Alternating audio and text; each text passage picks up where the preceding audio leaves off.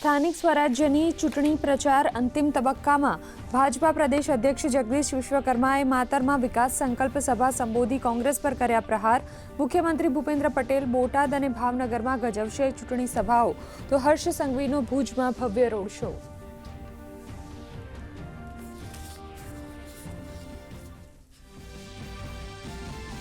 સ્થાનિક સ્વરાજ્યની ચૂંટણી માટે તમામ પક્ષો દ્વારા ઝંઝાવાતી પ્રચાર. નવસારીમાં ભાજપ દ્વારા આદિવાસી વિસ્તારમાં વિકાસના મુદ્દાઓને કેન્દ્રમાં રાખીને પ્રચાર, જ્યારે કોંગ્રેસ દ્વારા ઓટલા બેઠક યોજી ઉમેદવારોને રીઝવવાના પ્રયાસ, તો વડોદરામાં ભાજપ કોંગ્રેસના ઉમેદવારોનો ડોર ટુ ડોર પ્રચાર.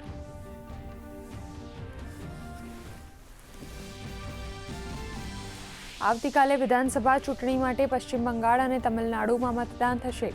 ચૂંટણી પંચની તૈયારીઓ પૂર્ણ, તો પશ્ચિમ બંગાળમાં બીજા તબક્કાના ચૂંટણી પ્રચારમાં વેગ. ભાજપ નેતા યોગી આદિત્યનાથે કહ્યું, પશ્ચિમ બંગાળના વિકાસ માટે ડબલ એન્જિનની સરકાર જરૂરી.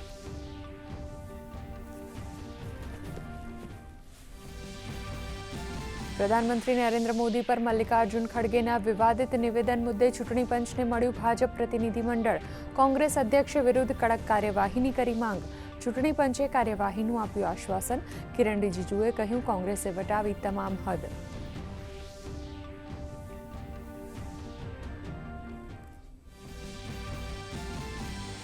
પહેલગામ આતંકી હુમલાની પ્રથમ પુણ્યતિથિ. મૃતકોને પ્રધાનમંત્રી નરેન્દ્ર મોદી સહિત અનેક મહાનુભાવોએ અર્પી શ્રદ્ધાંજલિ.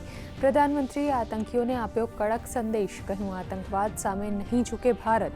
આતંકવાદીઓના ઘૃણાસ્પદ કૃત્યો ક્યારેય નહીં થાય સફળ.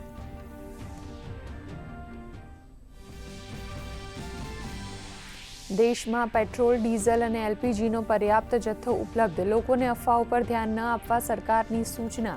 દેશમાં 5,10,000 નવા પીએનજી કનેક્શન અપાયા, તો મોરબીના સિરામિક ઉદ્યોગ માટે યોગ્ય આયોજનની સરકારની ખાતરી.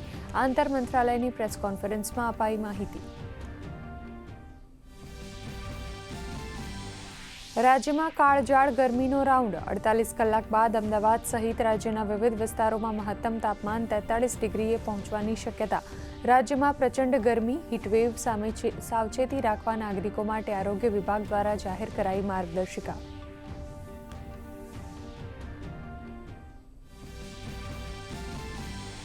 અને ભારતીય શેર બજારમાં કડાકો. બીએસસીનો સેન્સેક્સ 750 પોઈન્ટ ઘટી 78,500, તો નિફ્ટી 24,300 નજીક બંધ. આઈટી સેક્ટરમાં 3% ઘટાડો. સોના ચાંદીના ભાવમાં વધારો, તો ડોલર સામે રૂપિયામાં ધોવાણ યથાવત.